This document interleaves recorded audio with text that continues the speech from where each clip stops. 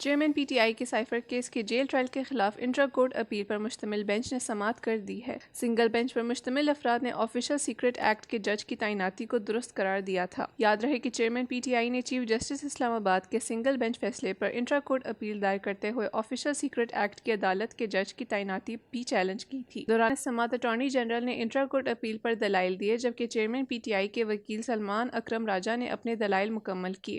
سماعت کے دوران جسٹس میاں گل حسن اورنگزیب نے کہا کہ خاندان کے چند افراد کو سماعت میں جانے دینے کا مطلب اوپن کورٹ نہیں۔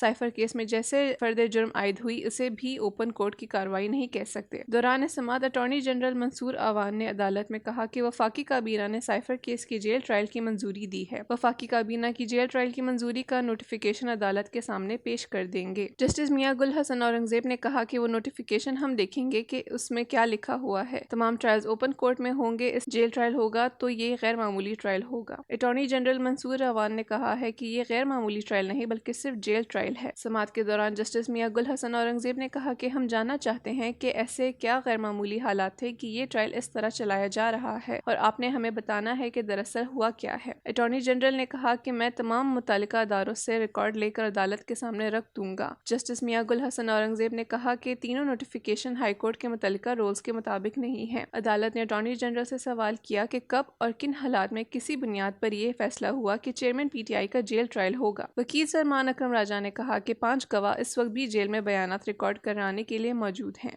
جسٹس میاں گل حسن اورنگزیب نے کہا کہ بہت سے سوالات ہیں جن کے جوابات دینے کی ضرورت ہے۔ انہوں نے کہا کہ انڈیا کی سابق وزیر اعظم اندرا گاندھی کیس کا ٹرائل بھی جیل میں ہوا تھا، لیکن وہاں تمام صحافیوں کو کوریج کی اجازت تھی۔ انہوں نے کہا کہ وہ بھی سابق وزیر اعظم کا ٹرائل تھا، یہ بھی سابق وزیر اعظم کا ٹرائل ہے۔ جسٹس میاں گل حسن اورنگزیب نے اٹارنی جنرل کو مخاطب کرتے ہوئے کہا کہ اٹارنی جنرل صاحب شاید میں زیادہ بول رہا ہوں، ایک جج کو زیادہ بات نہیں کرنی چاہیے۔ اسلام آباد ہائی کورٹ نے سائفر کیس کی جیل میں سماعت روکنے کا حکم دیتے ہوئے چیئرمین پی ٹی آئی کی استدعا پر جیل ٹرائل پر حکم ملتوی کر دیا تھا۔ اسلام آباد ہائی کورٹ نے 16 نومبر تک سائفر کیس کی سماعت ملتوی کی ہے۔